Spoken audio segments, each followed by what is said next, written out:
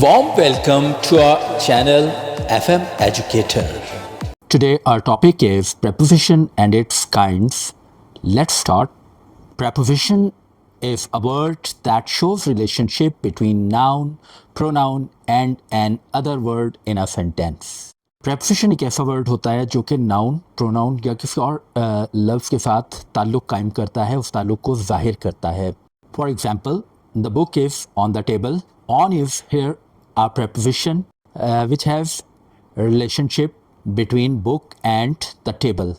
Book and table both are nouns, but they have been related to each other with the help of on. Kinds of preposition. There are 8 kinds of preposition which are being displayed before you on the slide, and we are going to discuss them one by one. Number 1, preposition of place. It shows position or place of something. It answers the question of where.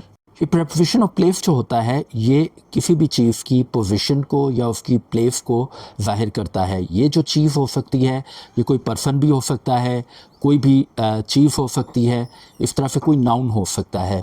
ये जो है हमें where का जवाब देता है, यानी कोई चीज़ कहाँ पर है, जहाँ पर भी है उसका जो जवाब होगा उसके लिए कोई ना कोई preposition लगेगा तो हमें पता चल जाएगा that is preposition of place. The cat is sitting under the table. Now, where is sitting the cat? Cat is sitting under the table. Under जो है यहाँ पर preposition है और वो टेबल के साथ उसका रिलेशनशिप है और वो कैट के साथ भी रिलेट कर रही है. Number 2, preposition of time. It indicates when some event or action takes place. It answers the question when. अब देखिएगा यहाँ पर कि ये जो है ये बताता है preposition कि हमारा कोई काम जो है, कोई भी जो एक्शन है वो कब हो रहा है, और इसी तरह हमें जो when का आंसर जब मिलता है preposition की वजह से मदद से तो हम समझ जाते हैं कि ये preposition of time है. The meeting is scheduled at 9 o'clock. अब ये देखिए ना when का इसका जवाब है कि when is meeting scheduled at 9 o'clock. at जो है यहाँ पर यानी उसको टाइम को शो कर रहा है, 9 o'clock के साथ वो at यूज़ हुआ है तो उसका टाइम से रिलेशनशिप बन रहा है. Number 3, preposition of direction. It describes the movement of some person or object from one place to another. Example, she walked towards the park. अब इसमें देखिए जो प्रोनाउन की डायरेक्शन है towards उसकी डायरेक्शन को शो कर रहा है, and where she is moving towards the park. ठीक है ना, तो ये towards जो है ये preposition of direction को शो कर रहा है. Number 4, preposition of manner. It describes the way in which some action is performed. It answers the question how or in what way. He delivered the speech with great confidence.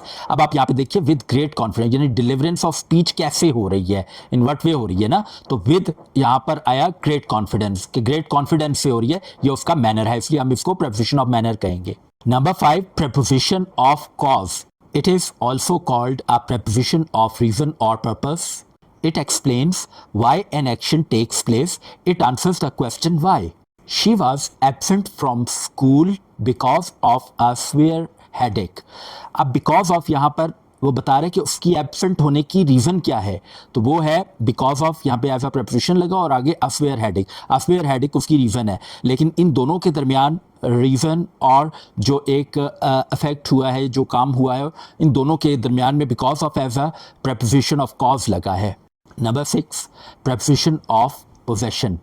It shows ownership or belonging between two nouns or more than two nouns. It answers the question whose or to whom does it belong. The girl with red umbrella is my cousin.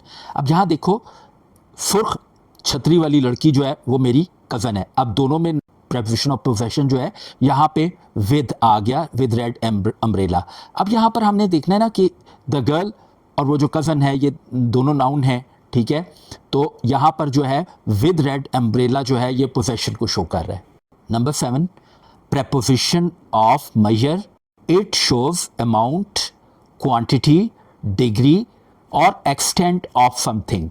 It answers the question how much or to what degree.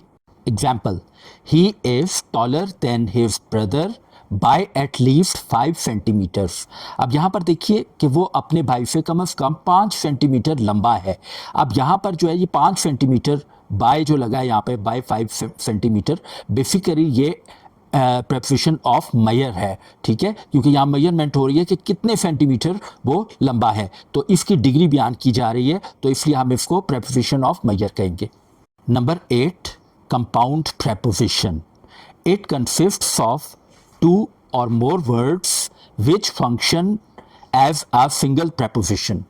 Example, she sat in front of the class and answered every question. सिर्फ यहाँ देखिए, अब in front of ये preposition है और ये एक preposition है, लेकिन अल्फाज कितने हैं? 3 हैं। 2 तो इसमें preposition है, in और of ये preposition है, और उनके दरमियान में लगा है front, in front of। ये कंपाउंड preposition की बेस्ट एग्जाम्पल है, लेकिन ये दोनों preposition और एक वर्ड मिलाकर तो ये एक सिंगल preposition बन रहा है, ये 3 या 2 preposition नहीं बन रहे हैं, ठीक है। तो कंपाउंड preposition है, एक से ज़्यादा अल्फाज पर मुश्तमिल होता है, और लेकिन preposition जो है वो सिंगल preposition के तौर पे फंक्शन कर रहा होता है सेंटेंस में, जैसा कि ये कर रहा है। स्टूडेंट्स, ये लेक्चर यहाँ कंप्लीट हो रहा है।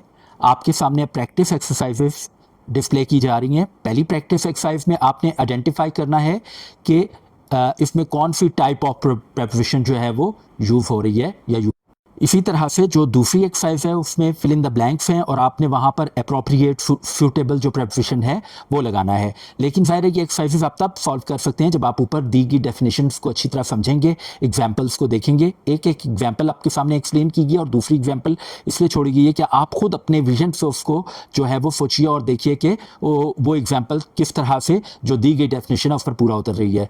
तो उम्मीद करता हूँ कि आपको लेक्चर पसंद आया होगा। If you have liked our lecture, please subscribe and like our channel and share it to others as much as possible. Take care of yourself. Allah Hafiz.